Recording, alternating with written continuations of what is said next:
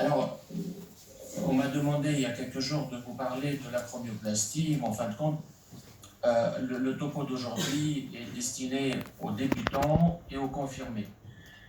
Plus pour les confirmés, mais j'aurais aimé peut-être faire une présentation, une présentation plus académique pour voir, surtout pour les débutants, parce que c'est une chirurgie qui n'est pas du tout difficile ou compliquée. Il suffit juste d'avoir le courage et puis surtout l'envie de la faire. Donc, je me suis spécialisé depuis quelques années à chirurgie orthopédique, chirurgie de l'épaule, mais surtout dans la critique si vous voulez, des techniques actuelles qui sont disponibles en chirurgie orthopédique, c'est-à-dire les dogmes théoriques sur, que ce soit sur la chirurgie de la coiffe, l'instabilité ou la chirurgie prothétique. J'ai déjà présenté des communications dans des congrès dans ce sens-là, essentiellement sur la rupture du tendon de la coiffe chez une personne âgée, d'ailleurs sur les acromioplasties ici, et prochainement sur le tendon du biceps et l'intérêt de la prothèse de la linéarthroplastie. Voilà, je voulais vous présenter aujourd'hui un petit peu le conflit sous-acromial et surtout, est-ce qu'il faut vraiment faire une acromioplastie? Et en fin de compte, après ce diapo, je pense qu'il y a beaucoup de personnes qui vont gagner quand même beaucoup de temps dans la compréhension de cette pathologie et la prise en charge. Alors, comme vous le savez, l'arche coracohumérale est formée de l'acromion et du ligament acromio-coracoïdien. Il n'y a pas que de l'acromioplastie, il y a surtout le ligament acromio-coracoïdien qui a un rôle et une physiologie un peu particulière et qu'on oublie souvent dans notre démarche, que ce soit diagnostique ou thérapeutique. Et cette arche coracohumérale, en fait, il couvre les 2/3 de la surface articulaire. Alors depuis, bien entendu, les années 70, on a mis au point, sur Tournir, aux États-Unis, le conflit sous-acromial, et qui, semble-t-il, est responsable de 44 à 65% des douleurs de l'épaule. Les travaux de Bigliani et Mann, ils ont théorisé un petit peu ce diagnostic et ils ont établi une concordance entre la forme de l'acromion et la pathologie de la coiffe du rotateur, puisque l'acromion, comme vous le voyez ici, il y a une espèce de bec et en dessous il y a la coiffe et il semblerait que ce bec-là est responsable de la pathologie de la coiffe du rotateur, ce qui n'est pas du tout le cas. Alors, on a bien sûr fait cette classification, surtout Hellman, sur l'incidence de la pathologie de la coiffe et la douleur et la pathologie de la coiffe en fonction de la forme de l'acromion. On voit très bien que plus l'acromion est déformé vers le bas, en forme de crochet, plus la douleur de l'épaule et de la pathologie de la coiffe est importante. En fin de compte, le terme d'impingement a court-circuité pratiquement toute la pathologie de l'épaule et on a désigné un seul coupable qui est l'acromion, un seul diagnostic qui est le conflit sous-acromial et bien entendu un seul traitement qui est l'acromioplastie avec section du lac. Alors, depuis l'acromioplastie sous arthroscopie, après un espèce d'essor assez incroyable, et le diagnostic est tellement simple et le traitement est tellement simple que le taux de la fréquence des acromioplasties de arthroscopie a augmenté de façon impressionnante. Alors, on voit très bien, par exemple, dans cette publication, que le bec acromial que vous voyez sur cette radiographie-là et qui est prolongé par le ligament acromio-coracoïdien en jaune augmente avec l'âge. Et ça, c'est au moins un indice qui nous rappelle un petit peu le vieillissement de cette articulation et que ce n'est pas une déformation pathologique. Et chez les patients de plus de 70 ans, les acromions type 2 et 3 sont pratiquement à 93%, sans qu'il y ait bien sûr une pathologie sous-acromiale ou une rupture des tendons de la corde du rotateur. D'ailleurs, beaucoup de publications montrent bien qu'il n'y a pas de bénéfice de l'acromioplastie à 5 ans de recul et il n'y a pas de différence, surtout pas de bénéfice de l'acromioplastie sur la rééducation après plusieurs années de recul. Et l'acromioplastie, bien sûr, ne prévient pas la rupture à 9 ans de recul et que les échecs sont quand même assez importants et on les voit d'ailleurs en consultation de façon assez particulière puisque la chirurgie acromiale ou l'acromioplastie déstabilise en quelque sorte l'articulation ou la physiologie de l'épaule, comme on va le voir dans quelques instants. Alors, quand on fait une acromioplastie avec la technique ancienne, vous voyez que si on résecte par exemple 4 mm en avant, comme vous le voyez ici sur ce schéma-là, vous voyez ici le ligament acromiocoracoïdien, au-dessus il y a une petite bourse graisseuse et puis il y a le muscle deltoïde antérieur. Et si on résèque 4 mm, on résèque forcément, on emprunte sur l'insertion du muscle antérieur, c'est-à-dire deltoïde antérieur. Et si on résèque 5,5 mm, eh bien, on résèque pratiquement plus de la moitié de l'épaisseur du deltoïde, du muscle deltoïde antérieur. Et ça a un effet dévastateur d'ailleurs sur la physiologie et la proprioception de l'épaule. Et dans ce cas-là, quand on fait cette acromioplastie, comme préconisé d'ailleurs par Mir et Begliani, eh ben, les épaules après ne sont pas du tout dans des conditions physiologiques normales. On assiste à un sur-régime des tendons de la coiffe du rotateur pour maintenir une stabilité de l'épaule, c'est-à-dire le centrage actif de la tête humérale en face de la glande dans toutes les positions de l'épaule. Et ce sur-régime, cette hyperactivité des tendons de la coiffe, quelle est la conséquence? Et bien, la conséquence, c'est le vieillissement prématuré ou plutôt l'usure prématurée des tendons de la coiffe du rotateur et surtout l'ascension de la tête humérale qui n'est plus maintenue dans sa position anatomique. Alors, après acromioplastie, certes, il y a une diminution de la douleur, une diminution de la gêne. Pourquoi? Parce on fait souvent un geste associé qui est la bursectomie. Et la bursectomie, c'est-à-dire il y a une bourse qui est au-dessus des tendons de la coiffe du rotateur et qui sert d'une protection contre l'os acromial, et c'est elle qui est inflammatoire, c'est-à-dire c'est elle qui est à l'origine des douleurs nocturnes. Quand on fait une acromioplastie, on va nettoyer cet espace sous-acromial, on enlève la bourse, c'est pour ça qu'il y a la douleur qui diminue après. Et ce travail de Ketola montre bien que la douleur post-opératoire diminue de façon considérable, elle se stabilise un petit peu, et puis après, elle reprend à 5 ans, en général, 5-10 ans, elle reprend, mais à partir du moment où elle reprend, ici, ça veut dire que déjà l'épaule est déstabilisée, et que les tendons sont déjà usés. Et juste une illustration d'un patient, certes, les données individuelles, comme je l'ai bien noté en bas à droite de la diapositive, ne peuvent pas donner une preuve théorique, mais quand on voit ce patient-là, et c'est ce qui se passe d'ailleurs régulièrement, et on le voit souvent, un patient qui a une douleur en 2000, sous-acromiale, et qui, traité médicalement, en 2006, on note juste une légère migration de la tête humérale, et en 2007, on fait une réparation de la coiffe avec la acromioplastie. Et en 2011, vous voyez, c'est quand même fulgurant. En 2011, il développe une arthrose sévère avec ascension assez importante des tendons de la tête humérale.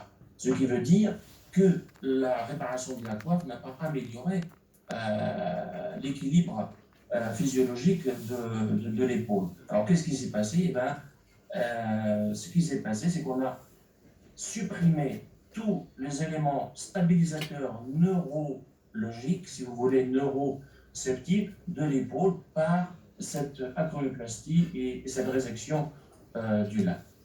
Alors,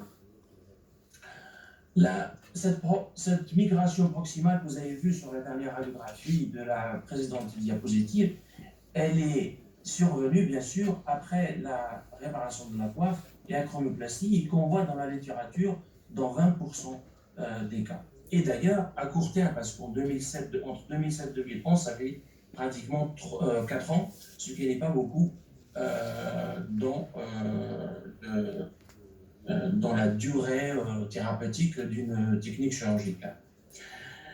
Alors, l'évolution naturelle de l'épaule, si vous voulez, en dehors, bien sûr, de toute pathologie anatomique, c'est une évolution qui se fait essentiellement vers la migration proximale de la tête humérale. Et ça, on ne peut pas l'arrêter, si vous voulez.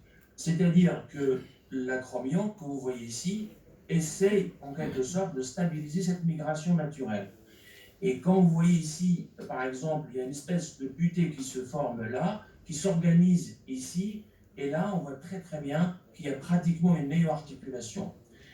Et si on laisse évoluer cette épaule, ben, elle évolue vers l'excentration antéro-supérieure, c'est-à-dire en face du ligament acromocoracoïdien. Donc il y a une évolution naturelle, mais si on ne met pas ça dans notre démarche thérapeutique, et on va en plus supprimer les facteurs stabilisateurs de l'épaule, donc cette évolution va être inéluctable. Et pourtant, on a fait un traitement chirurgical et qui va être plutôt un risque de complication. Et c'est ça où est le problème. D'ailleurs, la Société américaine d'orthopédie en 2010 a déjà donné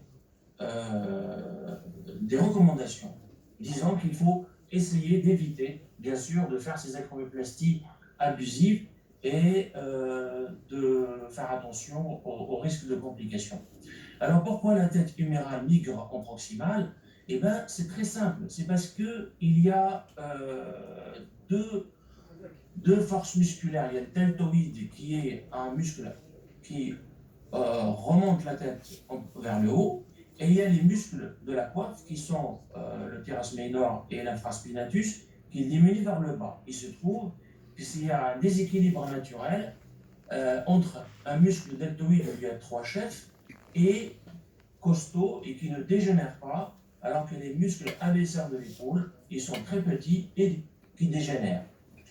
Et cette différence physiologique, eh ben, on va la voir au fur et à mesure avec le vieillissement du patient. Et quand vous faites par exemple juste une radiographie en rotation neutre, coude au corps et en abduction, vous verrez que la tête, elle remonte automatiquement après 100 degrés d'abduction.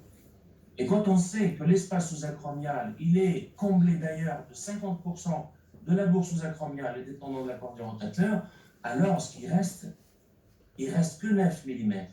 9 mm, c'est rien dans une épaule qui bouge tout le temps. Ce qui fait que la tête humérale ou la coiffe, elle est en permanence en contact avec la voûte acromiale, ou plutôt avec le ligament acromio-coracoïdien. C'est comme si ce contact est indispensable. Alors, quand vous voyez par exemple ce contact entre la coiffe et vous voyez ici sur cette photo et le lac, il y a un contact bien sûr physiologique, mais en permanence il est comme ça. En fait, il n'y a pratiquement pas d'espace. Et quand on fait des arthroscopies, et on voit bien sûr le lac comme ça, on voit une érosion profonde. Alors, Neer et les anciens disaient que bon, ça c'est dû au frottement entre la face profonde du lac et la coiffe. Et s'il y a une rupture en face, ça veut dire que le lac est responsable de la rupture. Et quand on fait des mouvements de rotation, on a un contact entre les tendons de la coiffe et le lac, et le diagnostic est fait. Donc la démarche thérapeutique a été conclue, c'était quoi? Eh bien, il faut enlever cela. Et c'est une erreur monumentale. Je vais vous dire pourquoi il y a une erreur monumentale. C'est une erreur monumentale. J'espère que la diapositive elle va passer. Parce que le lac est constitué de récepteurs neurologiques. Et ce n'est pas pour rien. Vous avez les récepteurs de Pacini, qui sont des récepteurs de la vitesse, je crois, les récepteurs de Ruffini, c'est positionnel, et les récepteurs, d'autres récepteurs neurologiques, et qui sont là pourquoi? Ils ne sont pas là par hasard, mais cette innervation du lac, elle est là essentiellement pour assurer la stabilité et la proprioception de l'épaule. Alors, quand vous faites par exemple juste un débridement sous-acromial, on enlève les adhérences, on enlève la bourse, vous avez une diminution de la pression sous-acromiale de 32%. Quand vous faites une acromioplastie, mais vous gardez le lac, vous avez une diminution de la pression de 64%. Mais quand vous faites une acromioplastie avec résection du lac, eh ben, la translation humérale augmente, mais surtout la pression sous-acromiale augmente de 72%. Donc, il y a un problème. Et que nous, par exemple, quand on fait des réparations de coiffe, on fait bien sûr une acromioplastie externe ici pour assurer un saignement qui apporterait des plaquettes pour la cicatrisation, mais le ligament acromiocoracoïdien que vous voyez ici, il est tellement dégénératif, mais on le garde. On le garde, pourquoi? Parce qu'on garde son rôle neurologique dans la stabilité de l'épaule pour éviter l'excentration de la tête humérale.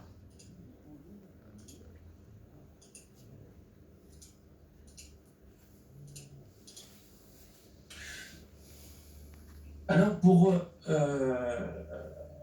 juste pour dire que quand vous avez un conflit sous-acromial, il faut surtout éliminer d'autres pathologies comme par exemple les douleurs du biceps, les instabilités,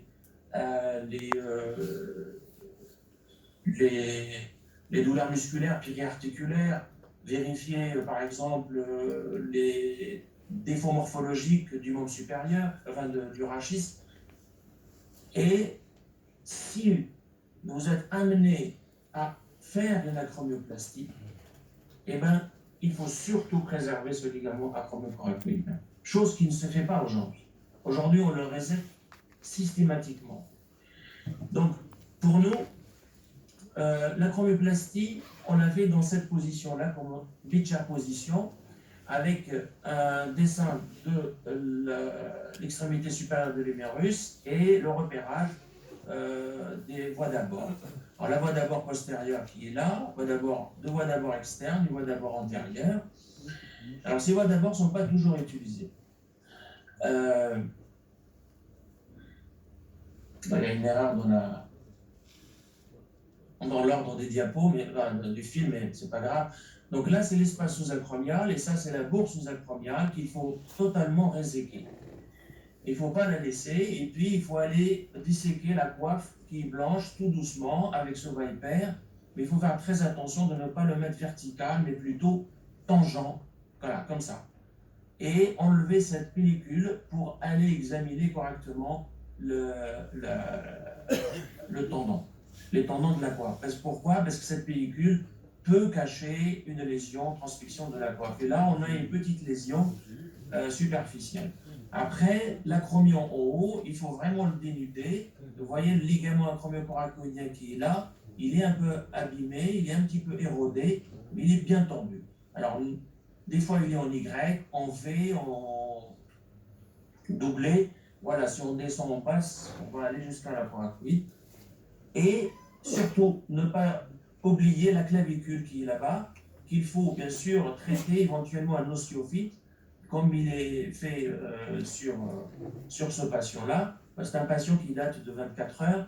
Et faire une acromioplastie surtout externe, voilà, et un petit peu médiane, mais surtout, garder le ligament acromiocoracoïdien là-bas pour garder sa stabilité neurologique plus tard et éviter l'ascension de la tête humérale.